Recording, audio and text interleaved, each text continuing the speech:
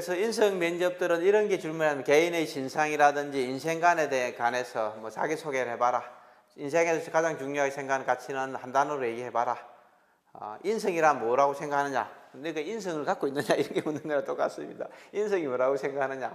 내일 죽는다면 오늘 무엇을 할 것인가? 한 그루의 사과나무를 심겠다. 뭐 이거는 책에 나오는 얘기인데 도대체 이제 뭘 할 것인가? 이런 것도 중요한 것 같고, 뭐 무인도에 가져갈 세 가지는 뭐냐? 무인도라는 게 아무도 없는데 혼자서 또 여러 가지 뭐 기본적인 인프라가 아무것도 없는 거잖아요. 거기서 생존을 위해서 어떻게 할 것인가. 거기서 무인도에서 죽을 때까지 살면은 뭐 다른 거 필요 없지만 언젠간 또 집을 찾아와야 될 거 아니에요. 그러면 나침반도 좀 필요하고 뭐 배를 만들 뭐 도구도 필요할 거고 뭐 여러 가지 그런, 안 그러면 거기서 매 고기나 잡고 조개나 캐먹고 살면은 바로 살아, 그죠? 그 짐승이나 똑같은 거지. 뭐 그런 부분에 대해서 본인의 생각이 뭔지 알 수 있어요. 이런 것만 질문을 던지면은. 그 다음에 뭐 도박 경험인 도박의 장점은 뭔가 뭐 이런 것들도 좀 물을 수 있을 것 같고요. 그 다음에 인성 면접, 뭐 국가란 무엇이냐, 뭐 존경하는 역사적 인물은 누구냐, 왜 존경하느냐, 애국심을 느껴본 경험은 있느냐, 뭐 경호관으로서 중요한 역량은 무엇이라고 생각하느냐, 뭐 이런 것들도 물었었고요. 뭐 이런 게 직무 관련된 면접 질문입니다. 심층 면접에서 우리가 당신을 뽑아야 하는 이유 한 세 가지를 한번 얘기해봐라. 누군가를 설득해 본 경험이 있느냐, 구체적인 사례를 좀 얘기해봐라. 그래서 지금 본인이 살아왔던 경험들, 인생에 대해서 중요한 경험들을 뽑아서 내가 어떻게 이 면접 질문하고 같이 녹여서 내서 스토리를 만들 것인가, 이게 굉장히 중요합니다. 지금부터 그걸 뭐 일주일 만에 이렇게 준비하기는 어렵습니다. 지금부터 천천히 한 몇 개월 동안 생각을 계속 정리를 해가야 된다는 얘기죠. 그 다음 뭐 타입은 무엇이라고 생각하느냐, 뭐 이런 것도 있고, 뭐 상사가 잘못된 직무상 명령을 내릴 경우 어떻게 하겠는가, 친구 아버지에게 집을 팔아야 한다, 어떻게 팔아야 될 것인가, 예를 10억짜리 집인데 친구 아버지니까 5억에 팔아야 것인가, 7억에 팔 것인가, 8억에 팔 것인가, 왜 그렇게 팔 것인가, 아니면 공짜로 줄 것인가, 집이 너무 많아서, 뭐 이런 얘기를 하면은 그게 이제 원칙인자, 개인의 관계, 원칙하고 어떻게 중시하는지 이걸 보려고 하는 이런 질문들입니다. 그 다음에 뭐 심층 면접, 토론 면접입니다. 그래서 대학 기업 입학에 대해서 뭐 요즘 쓰레기 봉투가 좀 이슈가 됐다고 그러니까 옛날에 실명제, 쓰레기 봉투에 실명제 누가 냈는지 거기에 뭐라고 그러죠? 생활 쓰레기엔 배출하면 안 되는 거 내는 사람들이 있으니까 뭐 이런 것들을 해서 실명제를 이름을 좀 붙여야 되는 거 아니냐, 뭐 이런 것들도 좀 많이 나왔던 것들이고, 그래서 찬반도 있고 뭐 모병제와 징병제 이런 것도 얘기도 많이 나왔었던 거고, 그다음 최저임금 인상 이것도 좀 이슈가 됐던 거고, 뭐 비정규직의 정규직화 이것도 아마 그 문재인 정부 때 많이 해서 인천공항부터 그때 했던 게 그런 것들인데,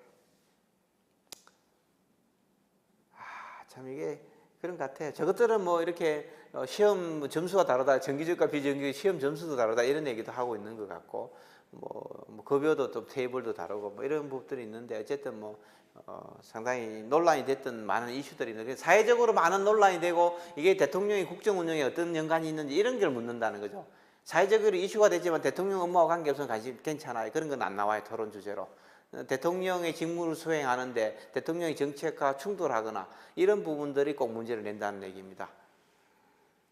뭐 사막에서 아버지와 아들이 고립돼서 어떻게 살아 돌아올 것인가, 사막 뭐 안 가봐서 알 수가 없는데, 예를 들면은 뭐 어쨌든 간에 사막에서 모든 게 없는 상황에서 잘못 방향하면 죽으니까 죽지 않고 살아남을 수 있는 방법들을 알고 있는가, 생존에 대한 고민, 창의적인가, 이런 것들을 묻는 게 상황 판단입니다. 상황 판단.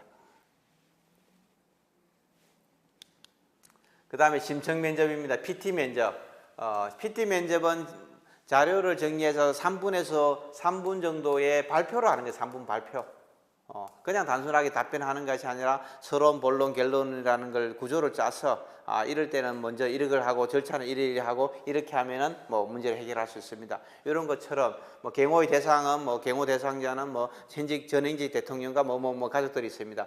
현직 대통령이 이렇게 하고 전직 대통령이 이렇게 하고 뭐 가족들은 이렇게 합니다. 이렇게 얘기하라는 거죠. 그걸 한 3분 동안에 설명할 수 있어야 된다, 이런 뜻입니다. 이 내용에 대해서 뭐 스마트 경호에 대해서 얘기해봐라. 스마트 경호의 정의는 어떻고 스마트 경우의 반대는 비지능적인 경우고 비지능적인 경우의 사례는 어떻고 스마트 경우는 어떤 내용들이 있고 이걸 현장에서 어떻게 적용할 수 있습니다. 그럼 어떤 기대 효과가 있습니다. 이런 얘기를 이제 쭉 논리적으로 한 3분 동안 설명하라는 얘기입니다.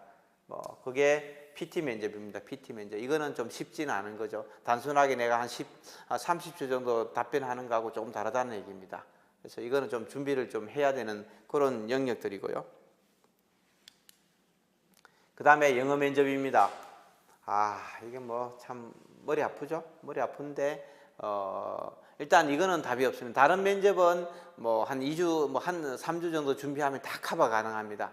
근데 영어 면접은 영어 한마디도 못하는데 와가지고 2주 동안에 갑자기 스피킹이 뭐 자유자재로 되면은 뭐 불가능한 얘기죠. 불가능한 얘기. 지금부터 준비를 해야 되는 영어 면접은 지금부터 꾸준하게 준비해서 생활 회화를 하든지 뭐 어떻게든 준비는 지금부터 해야 된다. 그리고 면접 수업으로서는 커버가 안 되는 게 영어 실력이다. 단지 어떤 유형의 질문이 나오면은 어떻게 답하는 게 굉장히 유리하다는 가르쳐 줄 수 있지만 회화를 가르칠 수는 없다. 이렇게는 좀 생각하면 좋을 것 같습니다. 뭐 답은 뭐 문제는 뭐 그런 겁니다. 자기소개 해봐라. 그럼 뭐 지나가는 한 명이 이상한 거동수상자 지나갔어요. 후임자한테 얘기하면 내가 봤는데 그만 모자 쓰고 안경 끼고 키가 160대 있는 사람이 지나갔어요. 얘기해야 또 그 놈이 다시 오는지 안 오는지 확인할 거 아니에요. 그럼 막 이상한 놈이 한번 지나갔어요. 야, 잘 봐라. 이런 얘기해갖고는 잘 볼 수가 없는 거죠. 그렇잖아요. 그죠? 그럼 지나가는 사람을 묘사한 거나 아니면 공간을, 여기 보니까 여기 창문이 굉장히 낮아. 유리창이 깨져서 저리 누가 넘어올 수 있을 것 같아. 그거 하면은 오른쪽에 창문에 대해서 좀 신경을 써라. 이렇게 얘기를 해야 되는 것이지.